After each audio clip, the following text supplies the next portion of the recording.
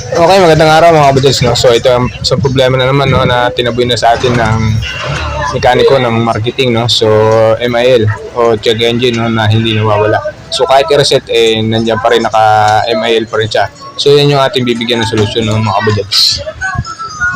Okay, mga kabadyans, no, gagamit tayo ng diagnostic tools para ma-scan natin yung problema.